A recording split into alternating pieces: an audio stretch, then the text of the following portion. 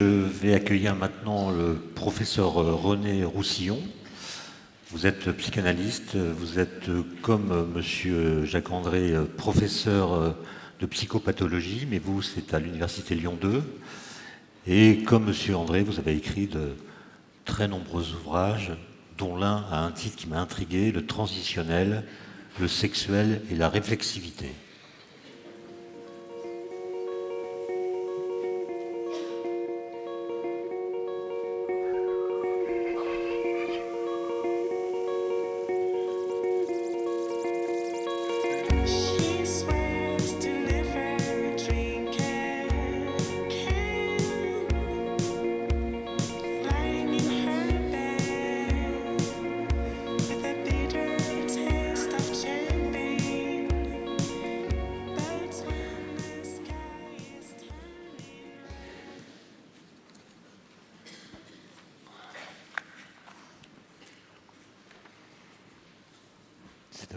Merci. Quand Muriel Fils m'a téléphoné pour me demander d'intervenir, elle m'a un peu pris au dépourvu. C'est une forme d'imprévu. Je lui ai lâché un titre comme ça, le premier qui m'est venu, j'hallucine, je crée. Elle a insisté en me disant « et le coup de foudre ». Alors j'ai pris du temps, parce que face au coup de foudre, il faut prendre du temps. Et le fruit de mes réflexions, c'est que finalement, je me suis dit qu'il n'y avait aucune raison que je ne lui fasse pas plaisir. Et donc, que j'allais m'atteler à cette question qui n'est pas très psychanalytique. Hein, il n'y a pas de théorie psychanalytique du coup de foudre. Alors, bien sûr, j'étais un peu démuni par rapport à ça. Je ne suis pas du tout spécialiste du coup de foudre. Même si... plus j'y réfléchis, plus je m'aperçois que j'en ai quand même rencontré quelques-uns dans ma vie. J'en ai rencontré aussi dans ma pratique psychanalytique, mais dans une position particulière. La position particulière, ce n'est pas le coup de foudre qu'on rencontre, c'est les dégâts qu'il a pu laisser éventuellement chez quelqu'un. Et quand les patients viennent, on a rarement des gens qui nous font vivre à chaud leur coup de foudre. Par contre, on a beaucoup plus des désenchantés du coup de foudre qui arrivent avec... un moment de dépression, un moment de désespoir, ils ont cru à quelque chose de merveilleux, d'extraordinaire, et la concrétisation de la vie les a fait déchanter. Alors, je me suis aussi dit que peut-être on allait trouver chez ces extraordinaires connaisseurs de l'âme humaine que sont les artistes un certain nombre de repères sur le coup de foudre, j'allais dire in vivo, le coup de foudre tel qu'en lui-même. Donc j'ai plongé dans mes mémoires, j'ai trouvé quelques livres, je ne suis pas du tout exhaustif, là, j'ai eu quelques souvenirs, Flaubert, l'éducation sentimentale, la rencontre de Frédéric et de Madame Arnoux, par exemple. Je me suis souvenu aussi que chez Tolstoï, dans Anna Karénine, le comte de Wormski rencontre aussi Anna et qui a un effet, là aussi, de coup de foudre. Et puis bien sûr, beaucoup plus récemment, Marguerite Duras, l'amant, avec la rencontre, alors là, de il avec elle, c'est une rencontre archétypique. Et puis dans un autre texte de Marguerite Duras, qui est le ravissement de Wolfenstein. Et dans cette scène du bal, il y a quelque chose comme ça aussi d'un coup de foudre qui se manifeste. Mais alors comme je suis un fan de danse, il y a une référence majeure qui m'est revenue, elle est cinématographique, c'est la scène du bal dans West Side Story, quand Tony rencontre Maria, et là il y a un moment où je trouve que le metteur en scène a saisi quelque chose de tout à fait essentiel de peut-être ce qui se produit dans ce coup de foudre. Donc je me suis un peu penché sur tout ça. Alors bien sûr, il y a coup de foudre à Notting Hill, enfin, je veux dire, il y a de multiples autres références, mais ces quelques références-là m'ont donné déjà une certaine trame, un certain nombre de points de repère pour essayer de commencer à réfléchir à cette question. Alors, la première des choses que ces différents auteurs et ces différentes expériences m'ont permis de commencer à configurer un peu, c'était qu'il y avait un certain nombre de caractéristiques qu'on allait retrouver dans ces différents coups de foudre. Il y a bien sûr beaucoup de différences entre ces différents coups de foudre, et je ne pense pas que deux coups de foudre soient jamais semblables totalement l'un à l'autre, mais il y a néanmoins, en tout cas pour le psychologue et le psychanalyste que je suis, un certain nombre de traits communs. Alors bien sûr, c'est le thème même de notre rencontre. Il y a d'abord son effet d'imprévisibilité, mais d'une imprévisibilité qui a une caractéristique tout à fait essentielle, c'est sa soudaineté. C'est quelque chose... Alors bien sûr, peut-être que l'imprévu est tout le temps soudain, mais il y a quelque chose comme ça, d'une espèce d'immédiateté qui est tout à fait caractéristique, me semble-t-il. La deuxième caractéristique qui est présente, c'est que cette immédiateté produit un effet de choc. Et ça, c'est quelque chose qu'on a à peu près dans toutes les remarques des uns et des autres à propos des coups de foudre. Il y a un impact. Il y a quelque chose qui bascule aussi dans le fil continu de la vie et qui fait que, d'une certaine manière, l'après ne sera plus jamais comme avant. Donc, quelque chose d'un impact qui produit une espèce de réorganisation, de bouleversement, on pourrait dire de bouleversement de l'être. L'autre élément qu'on va retrouver dans tous les cas aussi, c'est une très grande intensité de l'impact. Le coup de foudre, c'est effectivement un coup de foudre. Et la foudre, c'est quelque chose d'intense, c'est quelque chose qui vous rend passionné, qui vous transporte quelque part. Et cette intensité, je pense, c'est aussi un signe qui, personnellement, en tant que psychanalyste, m'a beaucoup interrogé. L'autre élément qui m'est apparu comme étant particulièrement important dans cette espèce de description de psychologie sommaire du coup de foudre, c'est qu'il y a tout le temps, dans les descriptions qui sont faites de ce qui peut déclencher le coup de foudre, un élément de perception. Il y a quelque chose dans la perception, et particulièrement la perception visuelle de l'autre, qui est un attracteur, un embrayeur, un enclencheur en quelque sorte du coup de foudre. Alors, cet élément-là, ça peut être quelque chose qui est perçu dans le regard de l'autre. Et le regard, je crois, tient dans le coup de foudre toujours une importance tout à fait considérable, et on verra que ça pose aussi tout le problème de savoir si le coup de foudre est réciproque. Et qu'est-ce que c'est qu'un coup de foudre pas réciproque ? Est-ce que ça se conçoit ?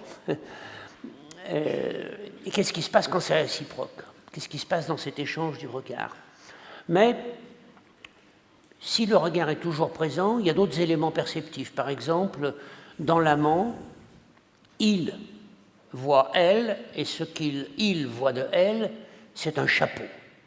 Souvenez-vous, c'est un chapeau particulier, puisque c'est un chapeau d'homme porté par une femme. Et là, ça enclenche quelque chose. On a toujours un petit détail vestimentaire, ou un petit détail d'allure, ou un petit détail de posture, qui est remarqué, accroché en quelque sorte par celui qui éprouve le coup de foudre, et qui va être cet embrayeur, en quelque sorte, cet attracteur de quelque chose qui se passe à l'intérieur de lui-même.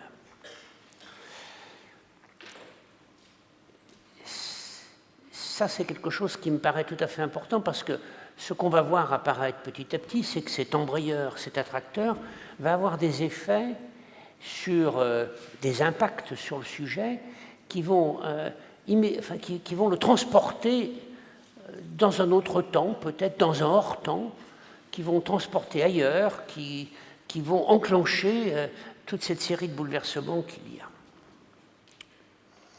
Alors si on essaye d'aller un peu plus avant dans cette psychologie du coup de foudre, je parle de coup de foudre amoureux, bien sûr. Je ne sais pas d'ailleurs s'il y en a d'autres que des coups de foudre amoureux. Mais il y a un élément qui est tout à fait intéressant, c'est que cette perception de l'autre, qui va être passionnément aimé, produit un effet, et alors là, on a les termes qui apparaissent à différentes reprises dans la littérature, mais qui apparaît aussi spontanément dans les associations des patients, comme un éblouissement. Donc il y a quelque chose dans le regard, mais quelque chose dans le regard qui n'est pas simplement un vu, ce n'est pas simplement quelque chose qui est vu, mais quelque chose qui éblouit. Et cet éblouissement produit un effet, ça va être le thème d'un des romans de Marguerite Duras, d'un effet de ravissement, mais de ravissement peut-être au sens propre du terme, c'est-à-dire où le sujet, d'une certaine manière, est ravi, il est capté, il est capturé par cet aspect-là. Donc on pourrait dire que si on essaye de résumer en une formule quelque chose qui se produit dans le coup de foudre, ça se produit, on va dire, en un clin d'œil, et ça vous capte, ça vous met sous emprise. Un certain nombre de sujets qui ont traversé des coups de foudre décrivent une espèce d'effet hypnotique, comme si cette vision de l'autre avait un effet de transformation, mais d'hypnose sur soi-même. Je trouve que ça, c'est particulièrement très bien mis en scène dans West Side Story. Je ne sais pas si vous vous souvenez un peu de la scène. Donc il y a les deux bandes qui sont plus ou moins rivales, en tout cas nettement différenciées par la couleur de leur peau, par leurs origines, etc. Et ces deux bandes vont se rencontrer, se mêler, s'amalgamer dans la scène du bal. Alors la scène du bal, c'est la scène suivante, chacun se prépare et le bal commence et arrive d'un côté avec les Sharks, si mes souvenirs sont bons, Maria, et d'un autre côté avec les...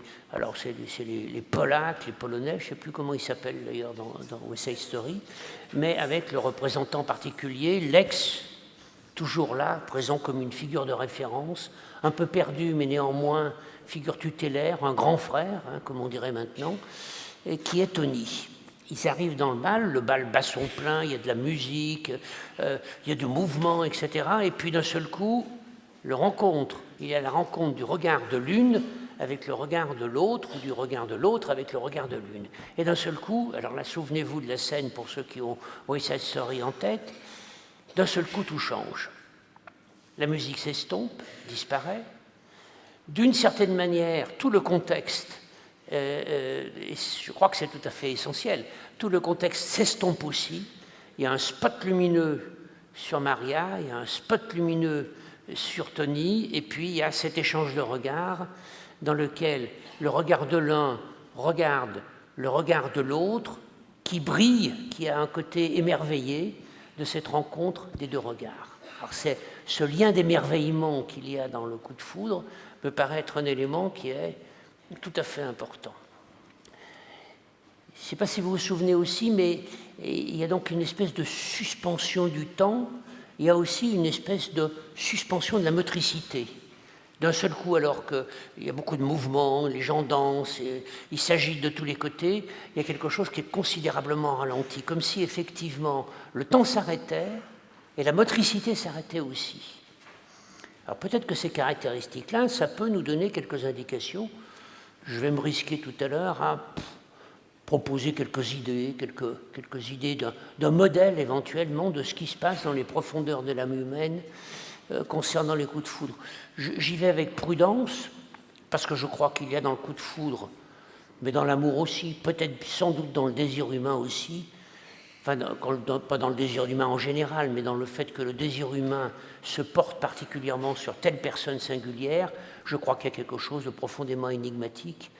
Et je ne suis pas sûr, ça fait quand même pas mal d'années que je pratique la psychanalyse, je ne suis pas sûr que même avec de longues années d'analyse, on arrive à réduire, à analyser, comme on pourrait dire, la racine même de ce désir. Je crois qu'il y a quelque chose qui s'échappe. Et ça me fait assez plaisir de penser que ce n'est pas plus mal comme ça, qu'il y a quelque chose comme ça qui, à l'intérieur de quelque chose qui est assez fondamental et essentiel pour l'être humain, il y a quelque chose qui ne puisse pas être réduit par l'analyse, mais qui échappe. Sans doute ça échappe aussi parce que c'est hyper complexe. Sans doute ça échappe aussi parce qu'il n'y a absolument pas de causalité simple. C'est sans doute une infinité de facteurs qui viennent là concourir à produire cette espèce d'étincelle qu'on voit dans l'œil de l'autre, quand l'œil de l'autre nous reflète quelque chose de notre propre émerveillement à son égard et qu'on appelle l'amour. Donc je crois que ça c'est quelque chose qui me paraît tout à fait intéressant. Ce qui m'est venu comme formule en réfléchissant à ces caractéristiques-là, c'est en même temps que cette espèce de suspension du temps, et c'est quelque chose qu'on va retrouver dans les caractéristiques de l'état amoureux, en tout cas dans une des choses qui est assez fréquente quand les amoureux se disent leurs vœux l'un à l'autre. J'ai pensé qu'on était là en face d'une espèce de grain d'éternité, comme s'il y avait cette dimension d'une suspension ad infinitum du temps, était quelque chose d'important. Ce qu'on a aussi comme sentiment, je crois que le terme, je me trouve vers mon collègue, alors de gauche, d'immédiatement gauche, philosophe, je crois que Sartre parle de moment parfait. Mais moi je suis physicien. Mais ah bon Vous auriez pu être, dans une autre vie, oui. Vous auriez pu être philosophe. La prochaine fois, je vous dirai. Oh. On a droit à plusieurs coups de foudre et peut-être on a droit à plusieurs vies. Alors cette idée d'un moment parfait, c'est aussi important parce qu'il y a quand même dans le coup de foudre quelque chose qui pourrait se formuler en tant c'est parce que c'était elle, c'est parce que c'était moi, c'est parce que cette rencontre-là témoigne d'une espèce d'harmonie préétablie qui préexisterait, qui se découvre au moment même où elle se manifeste. Alors j'ai insisté, parce que je crois que c'est une dimension importante, sur le regard. Je n'ai pas eu l'occasion de travailler sur le fait de savoir si les aveugles avaient des coups de foudre. Ça serait une question intéressante, mais je n'ai pas beaucoup d'aveugles sur mon divan et je ne connais pas beaucoup d'aveugles écrivains. Donc je n'ai pas l'expérience de cette exploration psychanalytique-là. En tout cas, ce qui m'a beaucoup frappé dans cet échange de regards, et ça pose tout le problème de la réciprocité, c'est qu'effectivement, il me semble qu'il y a une espèce d'effet reflet, d'effet miroir dans l'œil de l'autre. C'est comme si l'autre, par l'étincelle qui est dans ses yeux et qui me renvoie l'existence d'un coup de foudre symétrique, réciproque chez l'autre, c'est comme si quelque chose me renvoyait en miroir, quelque chose de mon propre investissement, de mon propre attrait, de mon propre émerveillement pour le sujet. Je pense qu'il y a sans doute dans le coup de foudre, on pourrait dire une espèce de fond narcissique. Je ne dis pas que le coup de foudre est intégralement narcissique, mais je pense qu'il y a un élément narcissique qui est là, et cet élément narcissique, il me paraît être quelque chose d'important pour essayer de comprendre comment fonctionnent, après tout, ces coups de foudre. Et là, je vous propose qu'on commence à explorer un peu plus ce qu'on pourrait appeler alors non plus simplement une psychologie du coup de foudre, mais éventuellement une métapsychologie du coup de foudre, c'est-à-dire se pencher sur les processus inconscients qui sont sous-jacents à ce tableau clinique que je viens de décrire. Ce qui m'est venu comme hypothèse, c'est je me suis dit, mais ça ressemble beaucoup, le coup de foudre, à ce que Winnicott décrit à propos des caractéristiques de la première rencontre entre le bébé et son environnement. D'où le titre que j'avais comme ça proposé un peu à l'emporte-pièce, J'hallucine, je crée. Ce que propose Winnicott, c'est de dire que la première rencontre avec l'environnement principalement maternel, mais pas seulement maternel, se fait suivant des modalités qu'il décrit en ce qu'il appelle en créer, trouver. Il y a quelque chose qui est potentiellement créé chez le sujet et qu'il va trouver en quelque sorte dans l'environnement. D'où cette idée effectivement d'une adéquation, d'un ajustement suffisamment bon, suffisamment parfait pour que le sujet ait l'illusion en quelque sorte d'avoir créé l'autre, l'illusion de se trouver en quelque sorte dans ce qui lui est proposé par l'environnement. Cette illusion-là, elle est très vraisemblablement, c'est aussi une des caractéristiques qu'on va trouver dans l'état amoureux, mais qu'on va trouver de manière très forte dans les coups de foudre, est aussi à l'origine d'une espèce d'effet d'idéalisation. C'est d'ailleurs ce qui va être terrible lorsque le coup de foudre premier va se heurter au quotidien, va se heurter au défilé de l'amour au jour le jour, c'est que l'idéalisation, il faut qu'elle puisse suffisamment survivre à cette confrontation avec la présence du quotidien. Et les déceptions amoureuses qui peuvent produire des coups de foudre, enfin des pertes de coups de foudre, et d'un seul coup il y a un désamour qui se produit, viennent lorsqu'il y a un effet de déception, et que cet effet de déception vient casser quelque chose de l'idéalisation première. Quand l'effet de déception n'est pas tout à fait là, pas encore là, si tant est qu'il soit tout le temps là, parce qu'on pourrait dire aussi que l'amour, c'est ce qui survit à la désidéalisation partielle, progressive, que la vie impose aux phénomènes amoureux les plus importants. Nous avons tous un certain âge ici et nous savons bien que nos coups de foudre subissent peut-être parfois, surtout, souvent, l'usure du temps. Mais quand il y a un grain d'éternité qui reste, ça se produit aussi par un grain passionnel qui reste aussi là présent et qui, je crois, fait que l'amour peut être aussi durable, même si nous avons de plus en plus maintenant l'expérience d'un amour qui ne dure pas. Une caractéristique qui est tout à fait saisissante et qui va avec ces processus d'idéalisation, qui va avec ces processus d'illusion première, c'est que le coup de foudre produit une espèce de court-circuit de l'organisation de notre personnalité. C'est comme si à ce moment-là, notre rationalité, notre pensée habituelle, ce qui fait que nous sommes des adultes réfléchissants avec ce qu'on appelle un système secondaire un peu organisé, que tout ça est mis hors circuit. Il y a au moment même du coup de foudre quelque chose qui court-circuite en quelque sorte et qui nous parle d'un court-circuit qui se produit chez le sujet et qui chante, qui met de côté son organisation rationnelle habituelle. C'est ce qui fait que parfois le coup de foudre peut être vécu à la fois comme quelque chose de tout à fait extraordinaire et en même temps potentiellement quelque chose de tout à fait effrayant. Peut-être parce que le coup de foudre nous amène à cette espèce d'état passionnel qui vient prendre de biais, choquer, interroger, menacer notre rationalité singulière habituelle. Dernier élément comme ça de cette configuration, j'ai remarqué aussi que dans la plupart des situations qui sont évoquées par exemple dans la littérature ou dans le cinéma, le coup de foudre apparaît dans les situations de transport, sur un bateau. Oui, d'accord, je vous vois venir. Transport marin où Vronsky, c'est à la descente d'un train. Il y a quelque chose qui se produit là aussi. Ou alors il est en voiture, il passe, Anna Karénine passe de côté, ils se croisent à peine comme ça, il y a cet échange du regard, mais ils sont tous les deux, je parlais tout à l'heure d'un suspens du mouvement, oui c'est un suspens du mouvement, mais au sein d'une situation où néanmoins il y a quelque chose d'un transport qui s'établit. Et je me suis dit que peut-être ça s'accompagnait d'une situation dans laquelle, et ça explique l'effet de surprise, il y a peut-être un certain relâchement de la vigilance, il y a peut-être un certain relâchement des défenses.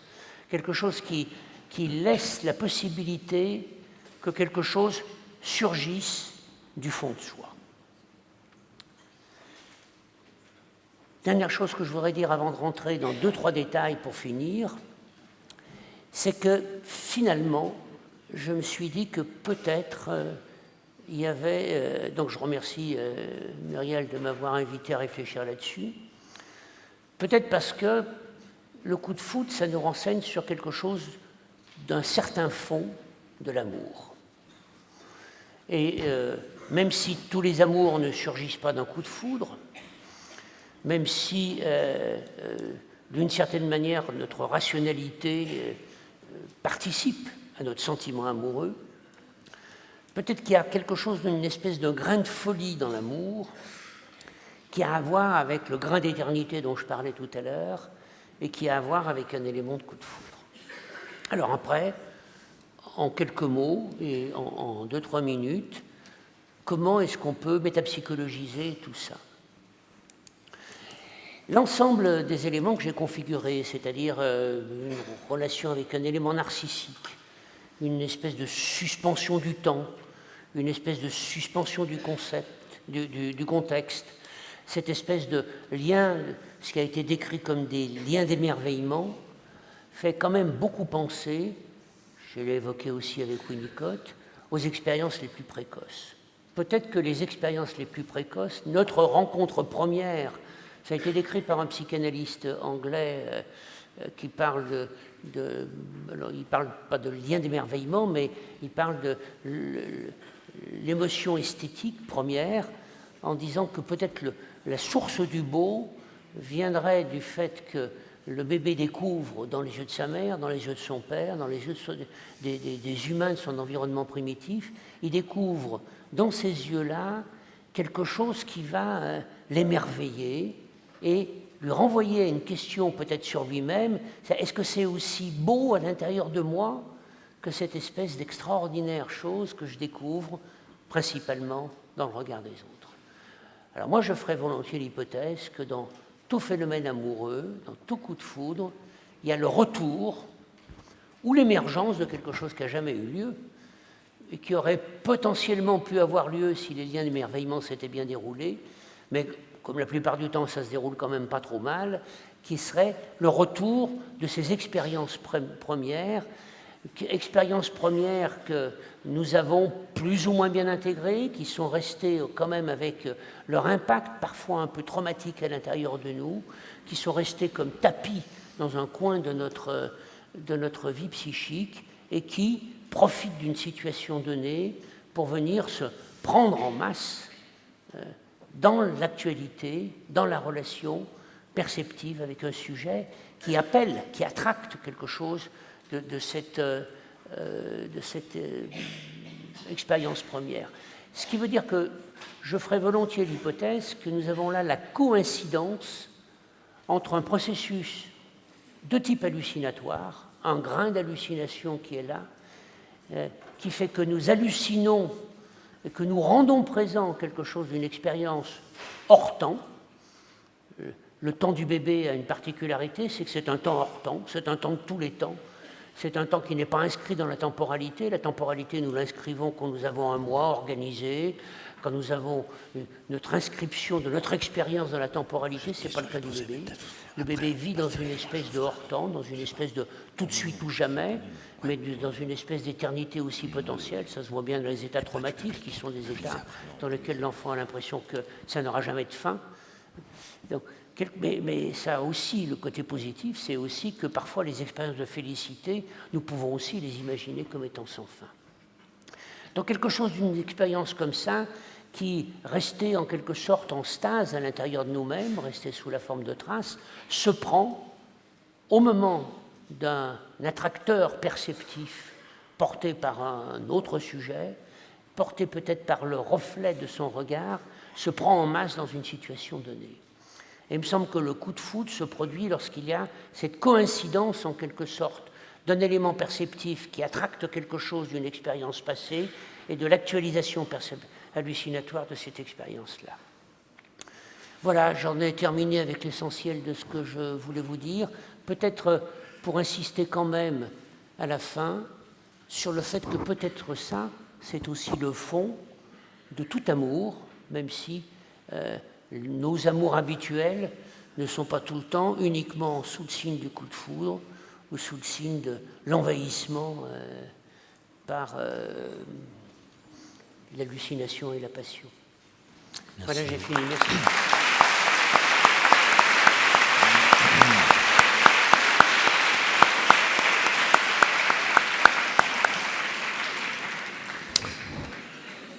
Merci, professeur Roussillon. J'ai l'impression dans votre propos qu'il y a une sorte d'invitation à remettre ou disons à réfléchir à la notion de causalité, parce que est-ce qu'un coup de foudre advient parce que la personne qui le subit ou qui le provoque est dans une sorte d'état amoureux diffus, vague, qui va s'incarner, s'actualiser lors du coup de foudre, ou bien donc il y a une sorte d'état amoureux préalable, ou bien est-ce que c'est le coup de foudre qui va créer un état amoureux extrême? Autrement dit, est-ce qu'on pourrait dire que le coup de foudre est à l'amour ce que le eureka est à la pensée? Parce que les gens qui ont éprouvé des eureka, en fait, ils avaient beaucoup réfléchi avant, et puis tout d'un coup, il se passe quelque chose qui fait que la réflexion débouche. Et puisque notre ami historien a montré ce matin qu'on avait le droit d'utiliser des analogies, j'en propose une à propos de la mécanique quantique. La mécanique quantique vous dit que les particules, avant qu'on fasse une mesure sur elles, sont dans un état superposé, c'est-à-dire qu'il y a plusieurs résultats possibles de mesure qui sont déjà présents. Et c'est la mesure qui, par hasard, va actualiser l'un de ces résultats, va actualiser une des potentialités choisies au hasard. Est-ce que c'est la même chose qui se passe avec le coup de foudre, ou bien est-ce que ça part d'un terreau qui est quasiment vierge, sans que l'état amoureux préexiste à sa fulgurance? Oui. Je serais tenté de vous répondre de deux manières différentes. Je pense qu'il peut y avoir, et il y a souvent, c'est le cas dans les différents cas que j'ai évoqués, une espèce d'attente flottante, une espèce d'état intérieur de réceptivité à quelque chose qui peut advenir. Mais je crois qu'il y a aussi parfois des vécus d'effraction, c'est-à-dire quelque chose qui est totalement inattendu. D'une certaine manière, le sujet n'y croyait plus. Tout au long de sa vie, il avait commencé à se faire à l'idée que la personne idéale de son idéalisation première, émerveillement, eh bien que cette personne-là, il ne la rencontrerait pas. Et l'effraction du coup de foudre, c'est le retour brutal d'un espoir sur fond d'une position qui était celle d'un désespoir relatif. Et je crois qu'on a les deux conjonctures, mais plus le désespoir était là, et plus l'effraction et la surprise va être intense.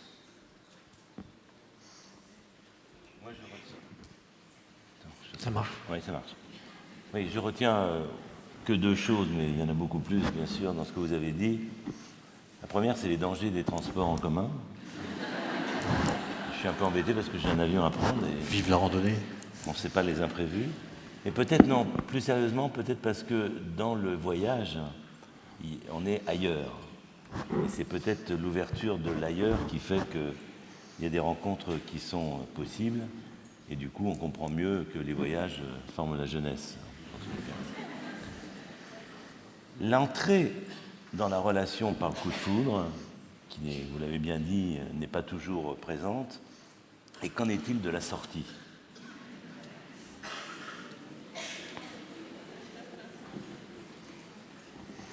La sortie va dépendre de... à partir du moment où il y a quelque chose qui court-circuite ma rationalité dans le coup de foudre, le problème qui va se poser, c'est qu'est-ce qui va se passer quand je reviens sur Terre, quand mon avion atterrit. Qu'est-ce qui va se passer ? Est-ce que, et là je crois qu'il y a une épreuve de réalité qui est tout à fait importante, est-ce que ce moment d'idéalisation, cet instant parfait, cette illusion d'instant parfait, est-ce que ça va tenir le choc du retour sur Terre ? Et le retour sur Terre, c'est l'amour au quotidien. Le retour sur Terre, c'est, j'avais vu l'évocation tout à l'heure de Brassens, c'est j'ai l'honneur de ne pas te demander ta main, et la menace qu'il y a à confronter l'amour au quotidien. Alors, menace ou approfondissement. Quand ça casse, c'est qu'effectivement, il y a quelque chose de cet état amoureux potentiel, enfin effectif, mais débouchant potentiellement sur un état amoureux stable et durable. Qu'est-ce qui se passe lorsque ça casse ? Effectivement, à ce moment-là, c'est ce que j'ai évoqué à propos de mes patients, c'est la déception, ça peut être la dépression, ça peut être un moment de désespoir, d'autant plus aigu et important que la croyance, l'espoir a été le plus intense. Donc ça, c'est une première ligne. Et puis, heureusement pour nous, de temps en temps, ça survit suffisamment bien. Il y a quelque chose qui reste, qui perd peut-être quelque chose de l'intensité passionnelle du début. Je crois quand même que s'il n'y a pas un grain d'éternité qui reste présent, nous encourons une potentialité de désamour suffisamment importante. Je crois quand même que dans l'amour qui dure, il y a quelque chose qui tient, qui survit de ce grain d'éternité et grâce auquel on peut continuer d'être amoureux, on va dire, suffisamment longtemps.